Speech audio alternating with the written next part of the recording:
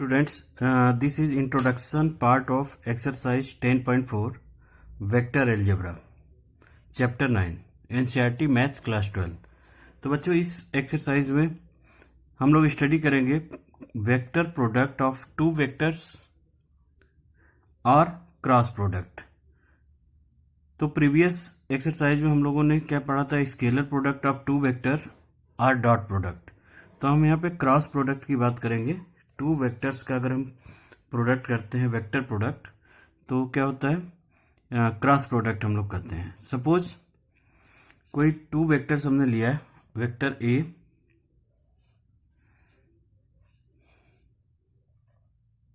और ये हुआ हमारा वेक्टर बी, और इनके बीच में एंगल थीटा है। तो देखते हैं क्रॉस प्रोडक्ट होता क्या है। तो A vector A cross vector B equal होगा हमारा modulus of vector A modulus of vector B sine theta and N cap. तो देखिए, ये हमारा क्या है? एक नंबर होगा, ये भी एक नंबर होगा और ये भी हमारा एक नंबर ही होगा। लेकिन जो हमारा एन कैप है, ये होता क्या है, हम पहले इसके बारे में डिस्कस करते हैं। उसके बाद कुछ ऑब्जर्वेशन, इस पे बेस्ड कुछ ऑब्जर्वेशंस को राइट डाउन करेंगे। तो देखिए, ये एन क्या है हमारा? इस वेक्टर का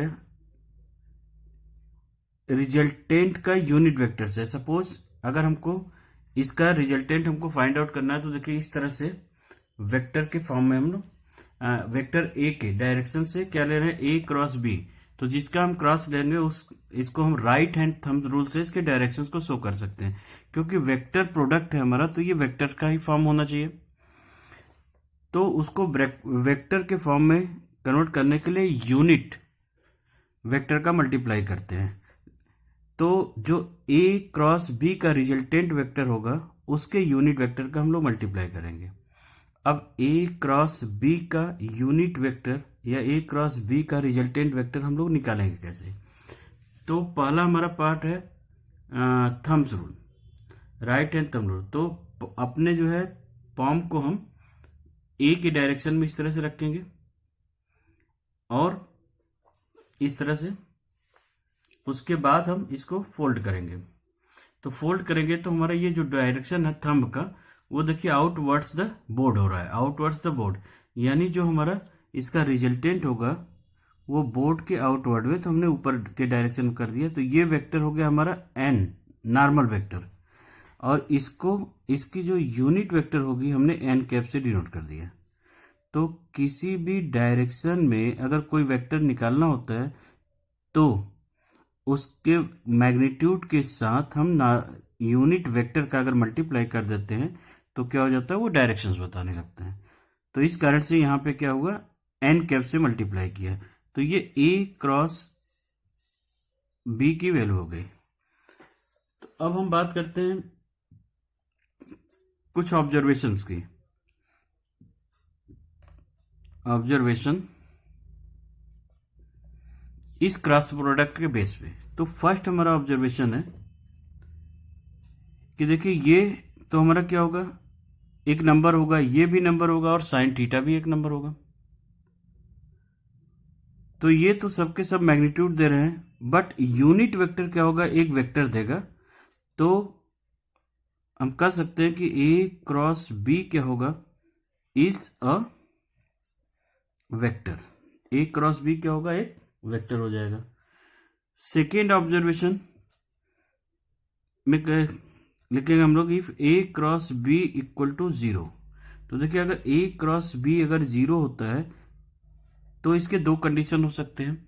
या तो मॉडुलस ए 0 हो, या मॉडुलस बी 0 हो, या साइन थीटा की वैल्यू 0 हो।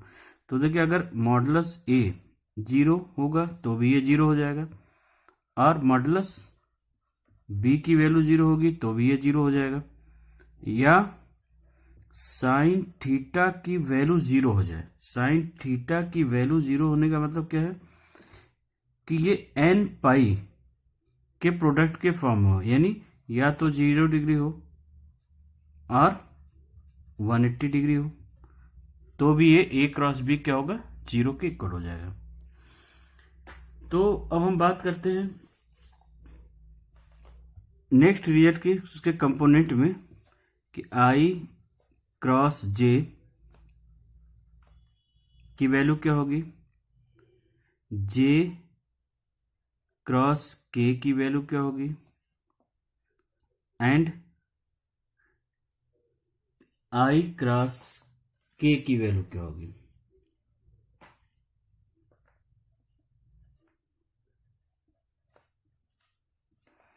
कुछ तो हम इसको एक कोऑर्डिनेट प्लेन के थ्रू पहले हम लोग इसको देखते हैं। ये एक्स एक्सिस हो गया, वाई एक्सिस, जेड एक्सिस। अब देखिए यहाँ पे तो हो गया हमारा आई कैप, ये हो गया जे कैप, ये हो गया के कैप। अब सपोज हमको आई कैप क्रॉस जे कैप निकालना है, तो राइट हैंड थंब्स रूल लगाएंगे, आई के डायरेक्शंस में हम अपने पाम को रखेंगे और उसको फोल्ड करेंगे इस डायरेक्शन में। अगर हम फोल्ड करते हैं तो देखिए इसका जो डायरेक्शन होगा वो के डायरेक्शन को शो कर रहा है। के आई से जे की तरफ जाएंगे तो ये के डायरेक्शन को शो कर रहा है। तो ये हो गया आई क्रॉस जे इक्वल टू के कैप। और जे के डायरेक्शन पे हम अपने पाम को रखें, ये देखिए जे के डायरेक्शन में पाम को रख रहे हैं तो फोल्ड कर रहे हैं, तो जे क्रॉस के क्या हो रहा है, आई के डायरेक्शन में हो रहा है, तो ये हो गया जे क्रॉस के इक्वल टू आई कैप हो गया। आई क्रॉस के, आई से के की तरफ, तो आई की तरफ हमने पाम रखा और के की तरफ हम फोल्ड कर रहे हैं, के की तरफ। तो इसकी वैल्यू क्या हो जाएगी, आई क्रॉस के की वैल्यू। तो देखिए अगर हम इस तरह से रख रहे हैं तो ये हमारी क्या है वैल्यू, इनवर्ड्स द बोर्ड, यानी क्या हो रहा है, माइनस जे कैप हो रहा है। तो एक तो ये अप्रोच है जिसको लगा करके हम लोग इसकी वैल्यू फाइंड आउट कर सकते हैं। और नेक्स्ट में अगर हम करते हैं, देखिए आई क्रॉस आई की अगर बात करें तो आई क्रॉस आई, तो यानी जो एंगल हमारा हो रहा है एंगल 0 हो रहा है और साइन 0 की वैल्यू क्या होगी, 0 हो जाएगी। तो उस केस में आई क्रॉस आई की वैल्यू 0, जे क्रॉस जे की भी वैल्यू 0 हो जाएगी, के क्रॉस के की भी वैल्यू 0 हो जाएगी। तो ऐसे केस में अगर हम लिखते हैं तो सबकी वैल्यू क्या होगी, 0 होगी। क्यों, क्योंकि एंगल आई क्रॉस आई के बिटवीन का एंगल क्या होगा, 0 होगा। जे क्रॉस जे के बिटवीन का क्या हो रहा है, हमारा वैल्यू 0 हो जा रहा है। और देखिए एक और अप्रोच है जिसका हम अप्रोच करके हम आई क्रॉस जे, जे क्रॉस के क्रॉस आई की वैल्यू फाइंड आउट कर सकते हैं। सपोज हमने यहाँ पे आई ले लिया, जे और के, और हम इस डायरेक्शन में जा रहे हैं, एंटी क्लॉकवाइज डायरेक्शन में, तो हम जो रिजल्ट लिखेंगे वो पॉजिटिव में लिखेंगे। लेकिन अगर हम आई जे और के की बात करें और क्लॉकवाइज में अगर प्रोडक्ट आता है इसको निगेटिव में लिखेंगे। तो सपोज हम राइट डाउन करें आई क्रॉस जे, तो आई क्रॉस जे की वैल्यू क्या होगी, के हो जाएगी, वो भी पॉजिटिव। जे क्रॉस के की वैल्यू क्या होगी, आई होगी पॉजिटिव। के क्रॉस आई की वैल्यू क्या हो जाएगी, जे हो जाएगी पॉजिटिव। लेकिन अगर हम अपोजिट करें आई क्रॉस के, तो आई क्रॉस के में हमारा ये यूज हो जाएगा, आई क्रॉस के की वैल्यू हमारी इस डायरेक्शन से हो रही है, तो आई क्रॉस के की वैल्यू क्या होगी, माइनस जे होगी। के क्रॉस जे की वैल्यू क्या होगी, माइनस आई होगी। तो अगर ये अप्रोच लग रहा है तो उसमें निगेटिव, और ये अप्रोच लग रहा है तो पॉजिटिव होगा। तो इस तरह से हम लोग आई क्रॉस जे, जे क्रॉस के क्रॉस आई की वैल्यू फाइंड आउट कर सकते हैं। और आई क्रॉस आई, जे क्रॉस जे, के क्रॉस के की वैल्यू क्या होगी, 0 होगी। तो हम इसके थर्ड केस के बेस पे हम एक एग्जांपल्स लेते हैं और उसको सॉल्व करते हैं कि इसका जो है रिजल्ट थर्ड ऑब्जर्वेशन की जरूरत हमको क्यों पड़ी। तो सपोज हमने एक एग्जांपल लिया, वेक्टर ए गिवन है हमारा 3i plus J plus 4k, 3i plus J plus 4k, और वेक्टर बी क्या है हमारा, i cap minus J cap plus K cap. Suppose we want to find out the value of A cross B. तो देखिए ए cross B निकालने के लिए हमारे पास क्या है, modulus A modulus B sine theta N cap. तो इसमें क्या है, हमारे पास एंगल तो पता नहीं है, ना तो एन की वैल्यू पता है हमको, एन कैप की। तो यहां पे हम क्या करेंगे, इन दोनों का प्रोडक्ट करेंगे। तो देखिए आई का इसके साथ अगर हम मल्टीप्लाई करें तो ये तो 0 हो जाएगा, और आई इंटू दिस, तो हम यहां पे लिखेंगे -3i इंटू जे। आई का के साथ करें तो ये हो जाएगा हमारा प्लस 3i इंटू के।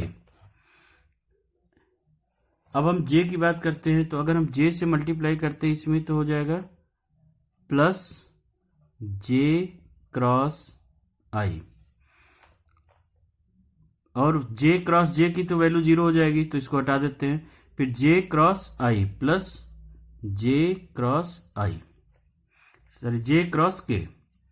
अगेन अब के से हम करते हैं तो यहां होगा 4 है हमारा पे, तो 4k क्रॉस आई, फिर -4k क्रॉस जे, और k क्रॉस k की तो वैल्यू 0 हो जाएगी। तो अब देखिए जे आई क्रॉस जे, अगर हम बात करें यहां पे आई जे के, तो आई क्रॉस जे एंटी क्लॉकवाइज जा रहा है, तो इसकी वैल्यू क्या होगी, प्लस के, तो ये जाएगा -3k। अब यहां पे करें आई क्रॉस के, तो आई क्रॉस के की वैल्यू अगर हम जाएं तो आई क्रॉस के, देखिए अपोजिट डायरेक्शन में जा रहा है, तो इसकी वैल्यू हो जाएगी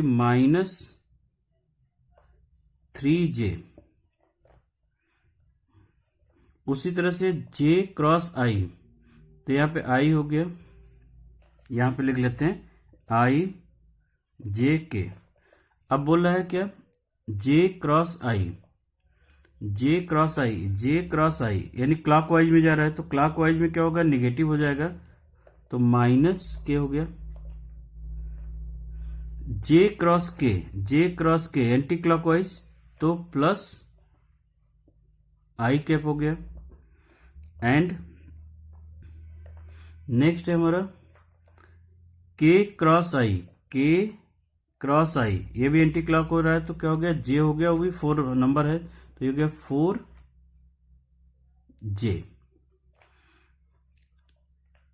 फिर माइनस अगर हम इसकी बात करें तो k क्रॉस जे, तो क्लॉकवाइज हो रहा है, तो माइनस माइनस यहां पे क्या हो जाएगा, प्लस हो जाएगा, और इसकी वैल्यू हो जाएगी j के क्रॉस जे की वैल्यू क्या होगी, -i कैप, और यहाँ 4 है तो 4i कैप। अब हम इसको सॉल्व करेंगे तो इसकी वैल्यू क्या हो जाएगी, 4i और i, 4i एंड i, तो ये हो गया हमारा 5i। फिर क्या हो गया, जे को हम ऐड कर लेते हैं, तो जे देखिए क्या है, 3j अब 4j, तो क्या हो गया, plus j cap. 3k and 3k, ये 3k है, -3k गया -k, तो क्या हो गया, -4k, तो ये रिजल्ट हो गया।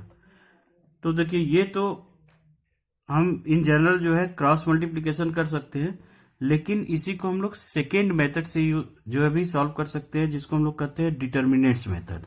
तो देखिए डिटर्मिनेंट्स मेथड यूज करके हम लोग a क्रॉस b की वैल्यू को कैसे फाइंड आउट करेंगे, a क्रॉस b की वैल्यू को डिटर्मिनेंट्स का यूज करके। तो देखिए यहाँ पे हम लोग पहले क्या लिखेंगे, आई कैप, जे कैप, के कैप। अब फर्स्ट वाले वेक्टर का कोफिशिएंट लिख देते हैं हम लोग 3, 1, 4। सेकेंड वाले का है 1, -1 एंड 1। अब देखिए अगर इसको हम सॉल्व करें तो लेते हैं हम लोग ये कैंसिल तो हो गया 1 into 1 and minus plus 4 I cap हो गया। उसी तरह से अगर हम जे के पार्ट को लेते हैं तो डिटरमिनेंट्स मेथड यूज करते हैं, तो ये हो जाएगा 3 -1 और यहाँ माइनस यूज होगा 3 -1, तो ये कट गया 3 1 जा 3 और 4, 3 -4 जे कैप, फिर प्लस लास्ट अप्रोच लेते हैं तो ये हो गया 3 1 जा 3 यानी -3 एंड -1 के कैप। तो ये हो जाएगा हमारा 5 आई, माइनस हो जाएगा यहाँ पे -1 तो माइनस प्लस 4 -3 तो हो गया -1 जे कैप, तो ये हो गया जे कैप प्लस में ये हो गया -4 के कैप। तो ये इस तरह से हम लोग डिटरमिनेंट्स का यूज करके क्रॉस प्रोडक्ट को फाइंड आउट कर सकते हैं। Now students let us see the observation 4। Fourth observation को हम लोग देखते हैं।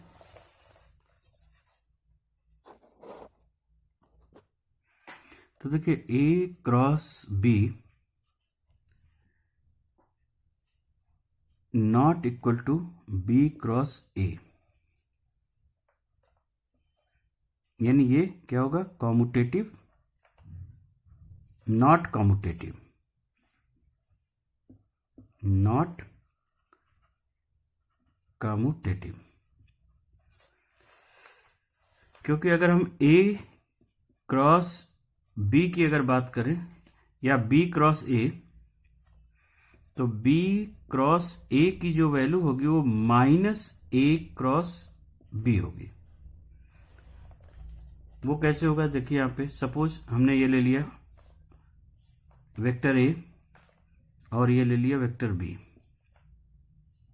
तो देखिए अगर वेक्टर A क्रॉस B की अगर हम बात करें तो इसका जो रिजल्टेंट पार्ट होगा वो इस डायरेक्शन में होगा, और B क्रॉस A की अगर बात करें तो हम यहां पे अपना पाम रखेंगे B के डायरेक्शन और उसको A की तरफ फोल्ड करेंगे, तो क्या होगा, हमारा इनवर्ट्स जा रहा है तो ये डायरेक्शन होगा, तो ये निगेटिव में हो जाएगा। तो इस कारण से A cross B never equal to B cross A, बल्कि B क्रॉस A किसके इक्वल हो जाएगा, -A क्रॉस B के। So let us see the next observation 5।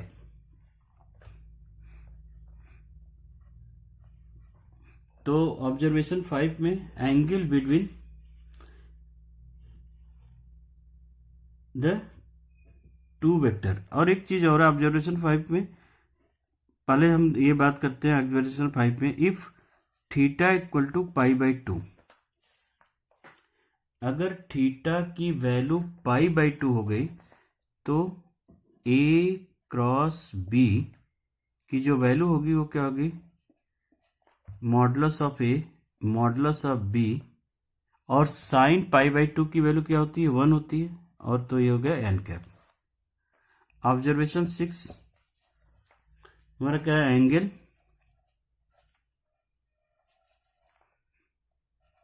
Between two vectors, angle between two vectors. तो देखिए अगर एंगल की बात हम करें तो ये हमारा हो गया A cross B equal to क्या होगा, modulus A modulus B sine theta into n cap. और सपोज हमने मॉडुलस इसका ले लिया, modulus A cross modulus B, so this will be equal to, इसका तो मॉडुलस ही रहेगा, ये भी मैग्नीट्यूड है, तो इसी तरह से रहेगा। ये भी हमारा क्या है, मैग्नीट्यूड है, तो इसकी वैल्यू क्या हो जाएगी, 1 हो जाएगी, तो इसको हटा दिया। तो sine theta equal to modulus A cross B divided by modulus of A vector modulus of B vector. तो इस तरह से हम लोग angle between the two vectors find out कर सकते हैं। Now students, let us see the next observation.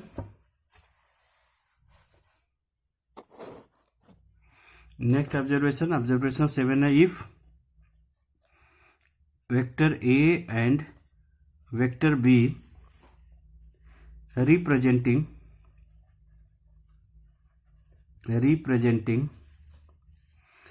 two adjacent side of a triangle, two adjacent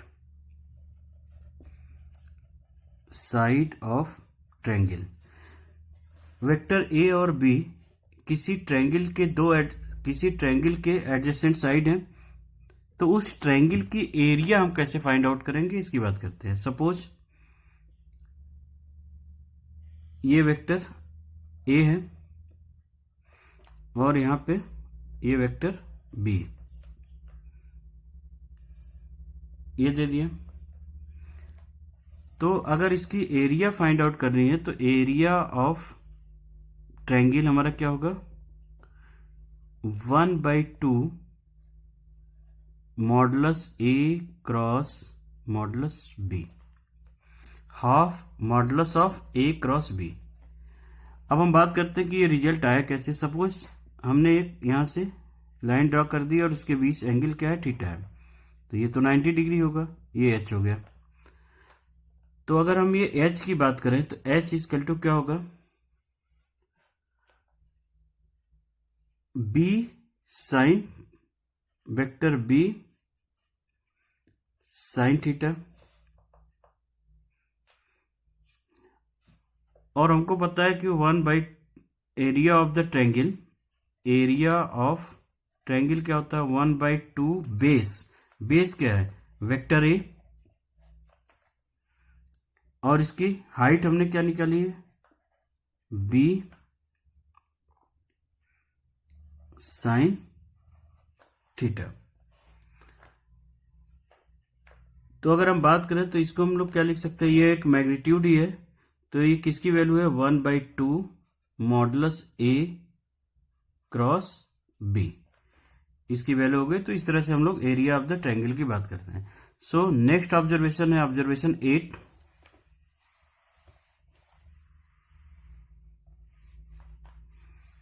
area of parallelogram, observation 8, area of parallelogram. तो सपोज ये parallelogram के दो adjacent side हैं, A vector A and vector B.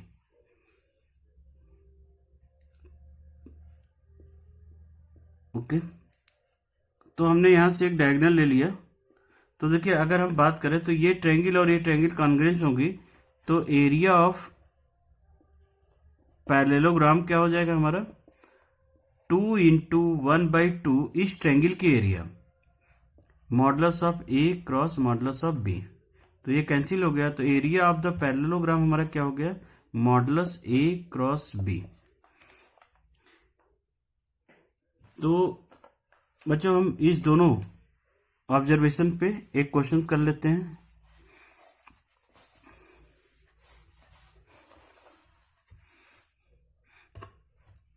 तो देखिए example 24 में दिया हुआ है, find the area of triangle having point, area of the triangle having point A, point दिया हुआ है हमारा 1 1 1 1 1 1, ये बी दिया हुआ है क्या 1 2 3, और सी क्या दिया हुआ है हमारा 2 3 1।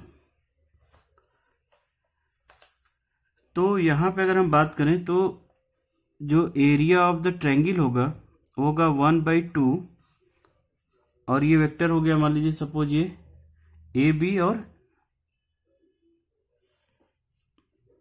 A B C.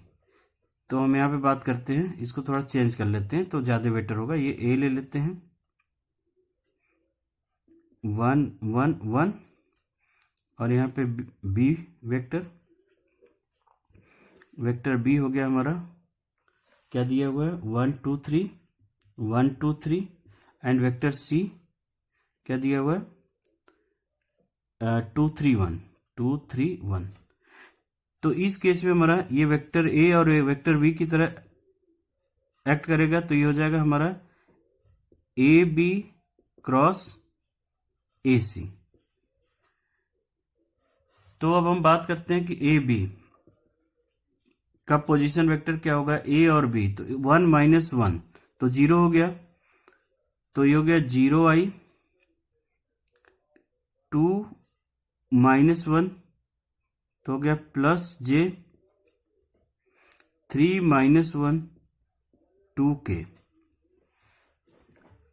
A C की बात करें तो ए सी हमारा क्या हो जाएगा, सी में से ए को माइनस कर लेते हैं 2 - 1 तो I cap 3 - 1 plus 2 J cap and 1 - 1 0 के कैप। अब हम बात करते हैं A B cross B, A B cross A C की। तो देखिए डिटरमिनेंट्स रूल लगा देते हैं आई जे के कैप, आई कैप जे कैप के कैप, और हो गया 0 1 2 1 2 0। तो इसकी वैल्यू जो हमारी आएगी, अगर हम इसको सॉल्व करते हैं तो इसकी वैल्यू आ जाएगी -4i प्लस 2j माइनस के। डिटर्मिनेंट्स प्रॉपर्टी यूज कर लिया। अब हम इसके मॉडुलस की बात करते हैं, modulus A B cross modulus A C. तो क्या होगा 4 4 जा 16 2 2 जा 4 प्लस 1, तो इसकी वैल्यू हो गई हमारी √21। So area of the triangle equal to 1/2 modulus of A cross B. Modulus of A cross B क्या है √21। तो इतना square units. Now students let us see example 25 of NCERT book. तो देखिए एग्जाम्पल 25 में कह रहा find the area of parallelogram whose adjacent sides are. तो हम उसको वेक्टर ए मान लेते हैं। ये क्या हुआ 3i cap plus J cap -4k cap, और वेक्टर बी दिया हुआ है हमारा A I cap -j cap plus k cap. तो एरिया ऑफ पैरेललोग्राम हमारा क्या होगा मॉडुलस ए क्रॉस बी। तो first we will find out A cross B. Determinants method use करते हैं हम लोग आई जे के कैप। ये हो गया 3 1 -4 1 -1 1। इसको सॉल्व करेंगे तो इसकी वैल्यू हमारी क्या आ गई 5i - j 5i -j cap -4k cap. Now find the modulus of A cross B की वैल्यू क्या हो गई 25 plus 1 plus 16 √42। So area of parallelogram is equal to √42 square units.